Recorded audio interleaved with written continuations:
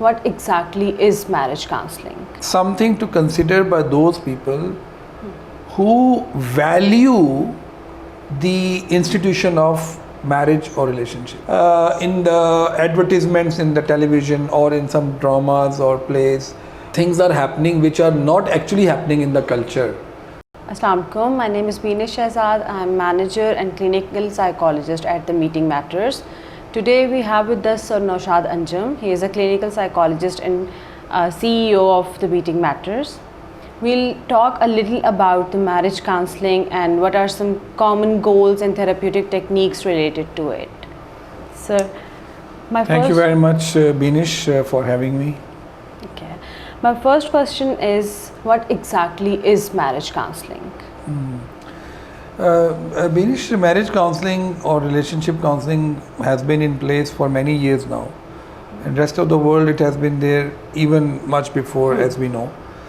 In our country, the idea has taken shape in last maybe 10 to 15 years, or maybe a bit earlier than that, where when these closely knit culture where people were more inclined towards inter-family marriages, when that cluster of different pockets of ethnicities, they opened up, people moved to cities, they interacted with other cultures and families. So there was a tendency for cross-cultural marriages. I'm not saying that marriage counseling is only for cross-cultural marriages, no. But probably the need of having it, and that need we can date it back to maybe 40 years also. Then people were still into cross-cultural marriages, they started. Unfortunately, marriage which is basically a contract, has not been seen as a skill set. It has been seen more as an automatic, as a predefined, preconceived way of spending a life. So people generally enter marriage without any mental, social or psychological skill set.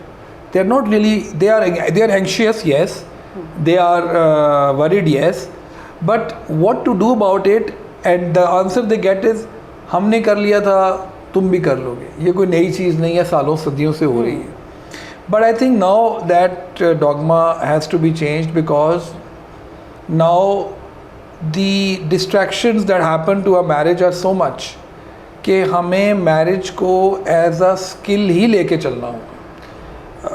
उसमें बहुत सारे psychological, social, physical, sexual, psychosexual issues हैं जिसके बारे में बात नहीं होती. जब वो बात नहीं होती तो it remains under the carpet, and the face of it everybody says everything seems to be fine, why you people are not happy, or why there is a fight going on, and then you put the icing on the cake when it comes to the interaction with in-laws. So then it becomes things more complex. So that brought in the need of marriage counseling, so that scientific approach to human interaction could be applied to a very strong social and positive social structure, and we can come out with a solution or a training or a skill set that can make marriages work better. Okay, thank you. My next question is related to who should consider marriage counseling, and why I am asking this question is because in clinical settings sometimes we see people who are married, then there are people who are considering to get married, and there are people who are in some sort of commitment or in a romantic relationship who come to us for marriage counseling. So if you can explain and elaborate on this. Yeah. As I mentioned earlier, that it is something to consider by those people who value the institution of marriage or relationship. We have to know that marriage counseling within itself does not or may not indicate that there is a problem with the couple.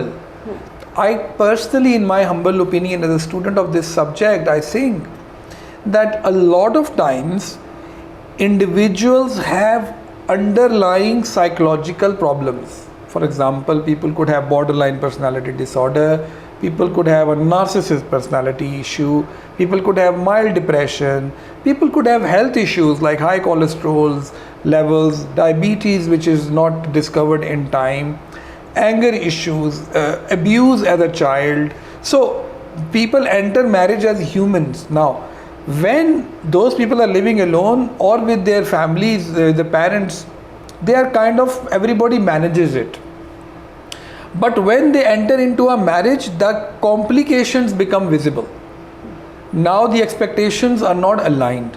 So that's why it is important that we work on marriage counseling as marriage counseling, where we work on their communication style, where we work on their ideology and thoughts, that this is how a husband should be, this is how a wife should be, this is how an in-laws should be, or a child should be brought up. That's fine, that's one part. But we need to know that marriage counseling is super important, that if you are suffering and continuously suffering, that means that there could be an underlying psychological issue with either of the or both partners, and that could be very much treatable without any medication, maybe sometimes with medication, and we bring in psychiatrists and they're great support for that as well. So that's why people who suffer into their marriage, who find it difficult to communicate, who find that they are not happy in their marriage, before they really decide other methods like talking to their friends, talking to their siblings, siblings and parents are all right to some extent. But let me tell you that one of the major mistake or major damage that happens to marriage is when unprofessional advice comes into play. Because people will only give you an advice on something that they have experienced. It is already not a skill, and they are not skilled. They are giving you their experience. So how a person A plus B experience can be valid of person C plus D? It doesn't work. And sometimes it works in the counterproductive way. I would like to highlight something here, that the paradigms or the ideology that we carry in a marriage, its source is coming from our childhood, our parents, and the parents or siblings or childhood, that's applicable to a certain set of household. When a new person enters that household, how that new person should behave is a wrong word. I'm not in a capacity to say should, but that person must know that how a group think happens in a scientific way. As if you enter a new company or a new organization, or even you enter in a wedding ceremony, people are sitting on a table and waiting for food, and you enter as a guest who you don't know any of them, and they know each other. How will you feel sitting on that table? It's a whole science. That table will look at you initially, they will welcome you maybe, but your behavior will tell them, will dictate them that how they will interact with you. If you go there and you mind your own business, you don't open up, probably they will not open up, because they are a group. We call it suspicion to novelty in the group think psychology. That when people enter a group, the group becomes very suspicious to that person. It's a human nature. Like a sparrow, when it clicks and eats, it looks around that there is no danger. It again clicks and eats and again looks around, that nothing changed in the environment. The moment the sparrow thinks that something has moved, it flies away. It's an extreme example of suspicion to novelty, means something new. So we humans always treat a new person with doubt. And since that science is not given to the new people who are new and people who are going to new people, they are not aware about the threat. So a girl enters a marriage and she wants to tell them that what I have learned from my house was the right way to cook, was the right way to decorate, was the right way to dress.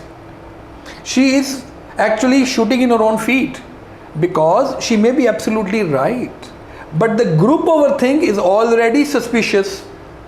I always give this example that if there are people who are there is a criminal, I'm using a word criminal, not an actual criminal, but there is a person who is doing a picnic, or there is a couple who is doing a picnic in a jungle, and they find that police has come with guns and they are looking for a criminal, and they suspect at distance that, oh my god, these are the guys, and they point guns on you. Guys, get up. You know you're not criminal, but will you like to debate with them, or you will raise your hands? So you will raise your hand. You will make them feel that no, we are friends. We are not the criminals.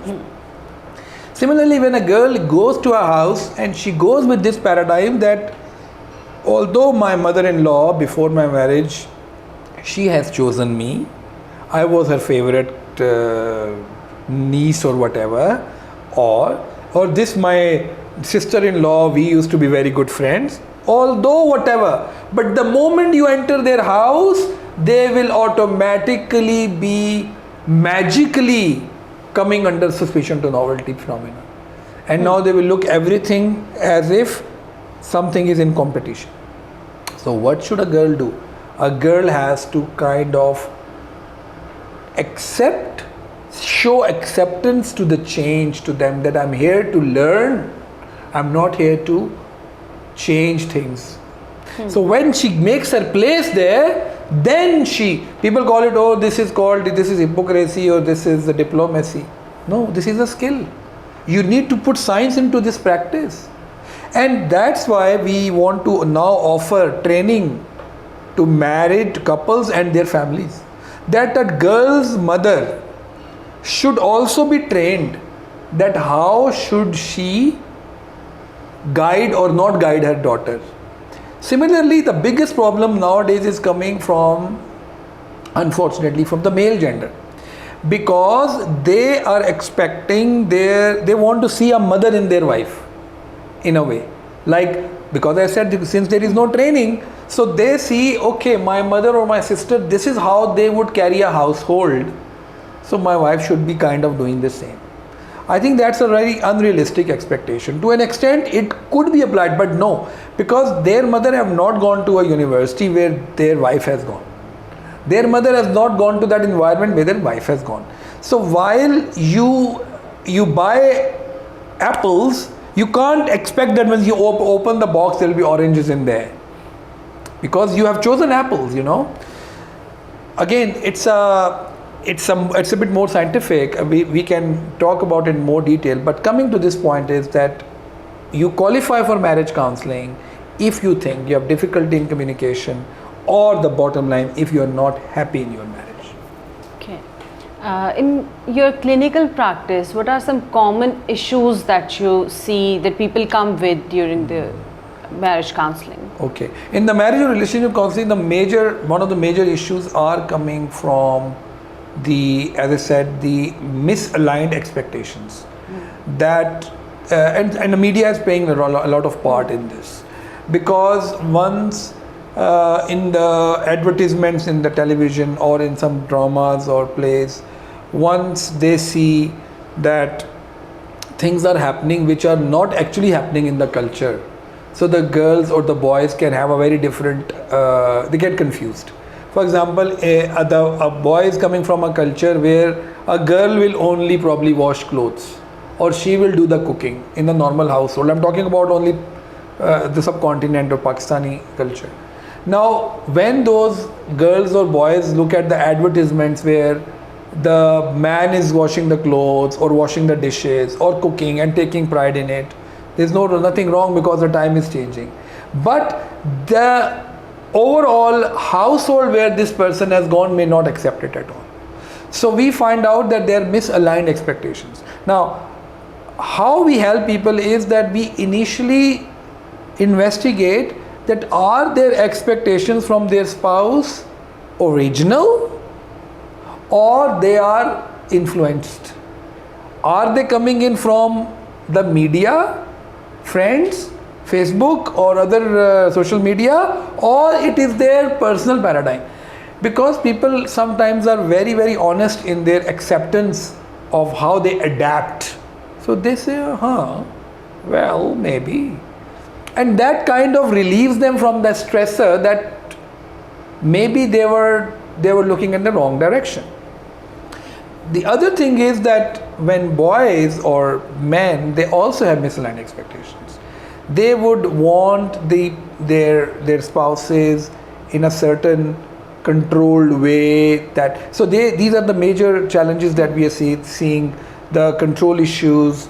There are a lot of psychosexual difficulties, and that's a thing where they are not talking about it. They come and then they are not even aware that this is the cause of our unhappiness.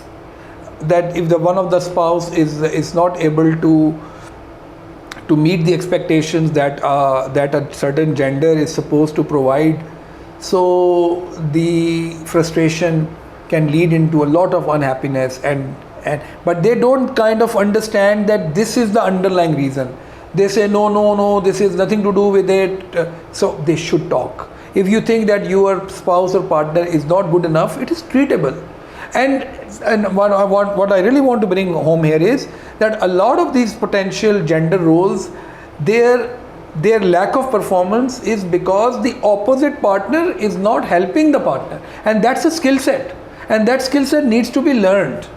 And it's a very, very burning issue that we also find and then also some financial disparity, and there are many other factors that in-laws related are there also that comes into play. Okay.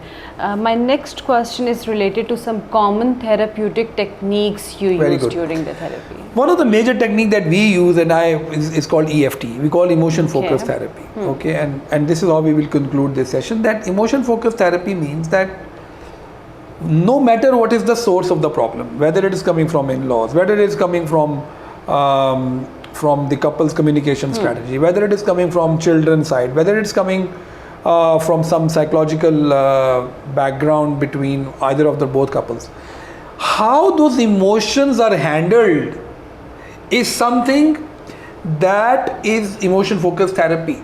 Emotion focused therapy means that a person always reacts in a standard way when he or she listens to a certain sentence, for example. They always react in a certain way. Okay. Then when we make them sit together, we make one partner say difficult things or the normal things. We want them to play out that drama or that role that they do at home exactly in front of the therapist. Now, when they play that role, when one of the partner is speaking difficult things, the other partner who would react at home in a certain pre-standard fixed way will need the urge to interrupt, urge to react. But since they're in a controlled environment, that person will re-regulate his or her emotion and keep quiet. When they will keep quiet, after 5 minutes, they themselves will feel, my God, I have discovered another new emotion to handle this difficult situation. And that's a self-discovery process of development that emotion focused therapy goes on. And that's a very, very interesting and powerful way of EFT in other emotional, and not only marriage, but other job related issues. That's a training that we provide, or the therapy that we provide. Okay. Thank you, sir, for providing such an insightful input from your side. Thank you very much for having me, and I hope that it was useful for our audience as well. Thank you very much.